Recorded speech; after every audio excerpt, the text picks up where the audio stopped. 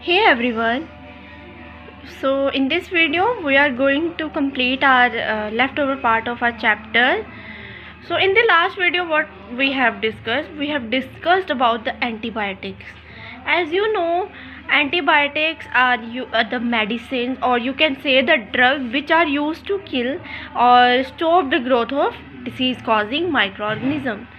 So now the next question comes that are antibiotics effective against flu? तो the answer should be no, because आपको पता है कि your flu और you can say common cold या influenza it is cause by viruses.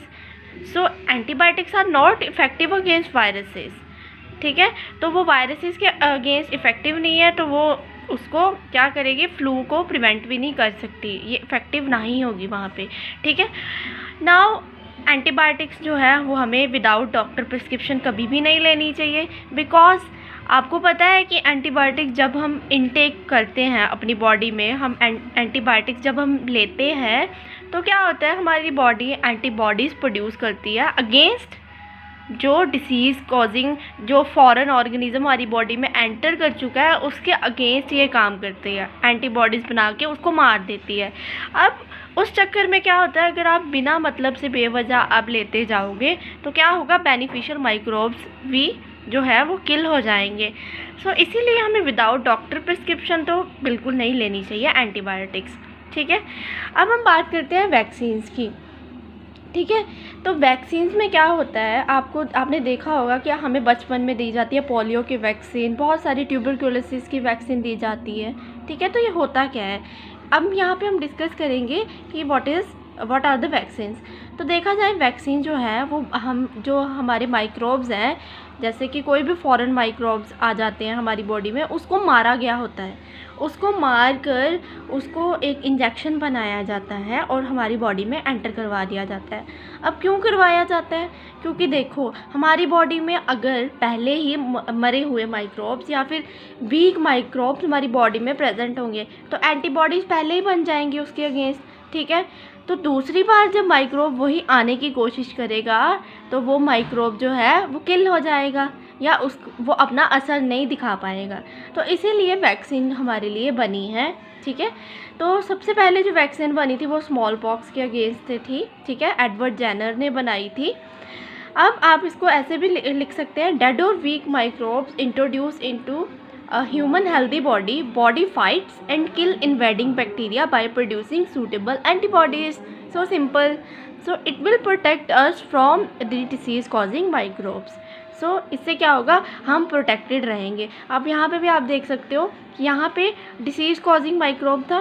ठीक है, अब क्या होता है, बॉडी में एंटर किया तो बॉडी ने एंटीबॉडीज़ प्रोड्यूस की तो हम प्रोटेक्टेड रह जाते हैं. ठीक है, body started producing antibodies to fight with foreigner. तो ऐसे ही वैक्सीन का काम होता है, मरे हुए माइक्रोब्स हमारे अंदर इंट्रोड्यूस कर दिया जाते हैं थ्रू इंजेक्शन. ठीक है, अब आपको पता है पल्स पोलियो जो प्रोग्राम के अंडर जो है हमें पोलियो ड्रॉप्स दी जाती है और स्मॉल पॉक्स की वैक्सीन भी हमें दी जाती है. नेक्स्ट कम कि सॉइल फर्टिलिटी में ये माइक्रोब्स कैसे हेल्प करते हैं.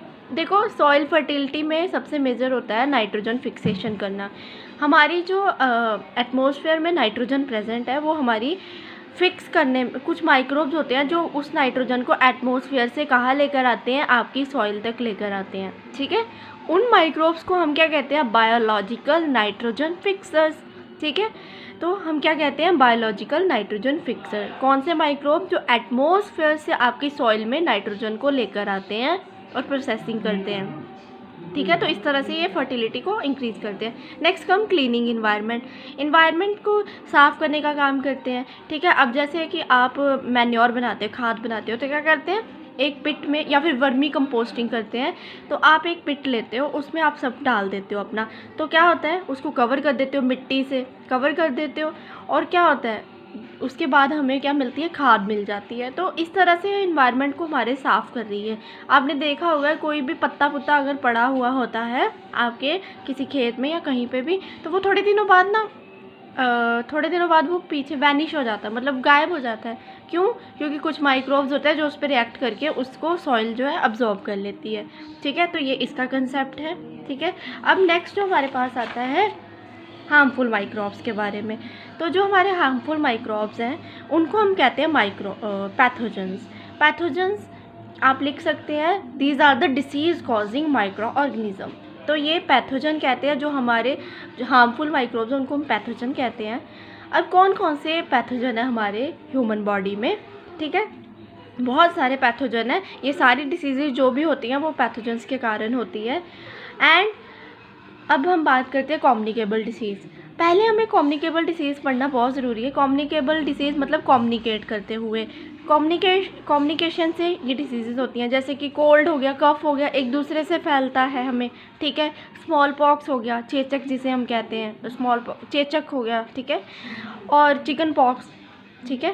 तो जैसे आपकी एग्जांपल आ जाती है cholera, common cold, tuberculosis, chicken pox. तो ये सब जो है ये कम्युनिकेशन से फैलती है एक दूसरे से। इसीलिए हमें कहा जाता है कॉमन कोल्ड के लिए कि हमें हैंडकरचीफ यूज़ करना चाहिए, क्योंकि हम जब स्नीज़ करते हैं तो वायरस जो है वो एक दूसरे से फैल जाते हैं, एक दूसरे पर फैल जाते हैं बहुत ही क्विकली। इसीलिए हमें कहा जाता है कि यूज़ हैंडकरचीफ, ठीक है। Same in the case of corona virus, ठीक है। कोरोना वायरस में भी इसीलिए हमें मास्क के बारे में गवर्नमेंट ने हमें प्रेफर किया है, ठीक है। तो अब नेक्स्ट हम disease causing microbes in animals. अब एनिमल्स में कौन कौन से डिसीज़ कॉजिंग माइक्रोब्स है, हमारे पास आ जाता है एंथ्रेक्स, ठीक है। वो भी एक बैक्टीरिया के कारण कॉज होता है। कौन सी डिसीज़ कॉज करता है, फुट एंड माउथ डिसीज़, जो कि कैटल्स में होती है, ठीक है, हमारे काऊ वगैरह में होती है, ठीक है।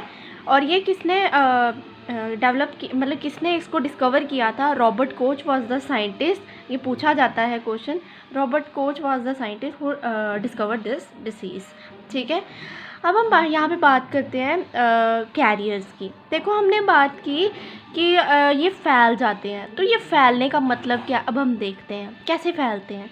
देखो आपने देखा मलेरिया कॉज होता है, मलेरिया हमें कहा जाता है कि मलेरिया एक मक्खी से कॉज होता है जिसका नाम है फीमेल एनोफिलीज मॉस्किटो, ठीक है। तो इसके लिए ये भी हमें प्रेफर किया जाता है कि कहीं पे भी पानी इकट्ठा होने ना दो, ठीक है, कहीं पे भी गंदा पानी इकट्ठा होने ना दो, ठीक है। तो ये क्या है, ये मक्खी क्या है, ये कैरियर है, ये डिसीज़ को लेकर जा रही है एक इंसान तक, एक पर्सन तक। सो दे एक्ट एज कैरियर, इसलिए हम इसे कहते हैं कैरियर। वैसे ही डेंगू है, जिसे आप डेंगू कहते हो, ठीक है, वो फीमेल एडिस मॉस्किटो से होता है, वो भी एक कैरियर है, ठीक है। इसके लिए भी ये आपको पता है, ये दोनों ही कहाँ पे पनपती हैं, ये पानी में पनपते हैं, ठीक है। तो इसीलिए साफ़ सफाई रखना बहुत ज़्यादा ज़रूरी है। उसके बाद हम देख लेते हैं disease causing microbes in plants, ठीक है। माइक्रोब्स जो है प्लांट्स में बहुत सारी डिसीज़ कॉज करते हैं, वीट में कॉज करते हैं, ठीक है। जैसे कि आपका देख लो रस्ट ऑफ वीट, जो कि एक फंगस के द्वारा कॉज होता है, ठीक है। और सेकंड आपके पास आ जाता है सिट्रस कैंकर, जो कि एक बैक्टीरिया के द्वारा कॉज होता है। एंड एक आ जाता है आपके पास येलो मोज़ाइक वायरस, ठीक है। येलो मोज़ाइक जो भिंडी की डिसीज़ है वो आ जाती है, वो वायरस के कारण कॉज होती है, ठीक है। ये आप याद रख लो कि जहाँ पर भी ये मोज़ाइक वर्ड आए ना, दैट रेफर्स टू वायरस, ठीक है। तो ये किसके कारण, इसका मोड ऑफ ट्रांसमिशन क्या है, कहाँ से ये कॉज होती है, ठीक है। ये देखो, ये एयर और सीड से माइक्रोब इसको कॉज करते हैं, ठीक है। एयर और सीड के ट्रांसमिशन से ये कॉज होती है, ठीक है। उसके बाद यहाँ पे भी एयर, ये सिट्रस कैंकर भी एयर में आपके माइक्रोब प्रेजेंट होंगे जो डिसीज़ कॉज कर देंगे सिट्रस पे आकर, ठीक है। और वैसे ही आपके ओकरा मतलब भिंडी के केस में है, ठीक है। तो ये सब था। अब हम बहुत मेजर चीज़ डिस्कस करेंगे, food poisoning. This is so simple. आपको पता है, आप किसी पार्टी में गए, वहाँ पे क्या हुआ कि वहाँ पे आपने खा लिया, ठीक है, कुछ मतलब ज़्यादा खा लिया, या आपने कुछ खाया ऐसे, आपको पता नहीं था क्या कितना पुराना पड़ा नहीं पड़ा, ठीक है। तो फिर उसके बाद घर पे आते हैं तो हमें वॉमिटिंग स्टार्ट हो जाती है, ठीक है। तो डॉक्टर हमें क्या कहते हैं कि आपको फूड पॉइजनिंग होगी।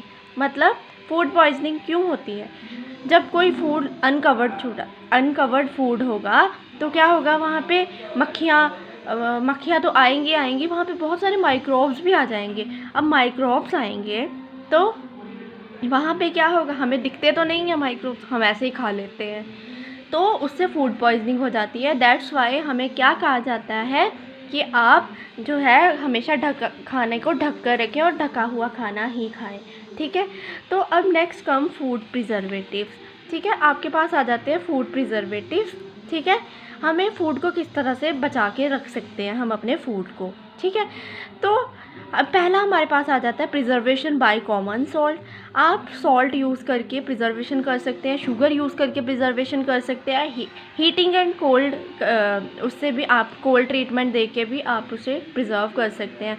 तो आपके पास सॉल्टिंग का कैसे आ जाता है, आपको क्या, फ़िश और मीट इंडस्ट्री में सॉल्टिंग की जाती है, उस पर सॉल्ट डाल दिया जाता है जिससे कि वो प्रोटेक्टेड रहे। इस प्रोसेस को हम कहते हैं सॉल्टिंग, ठीक है।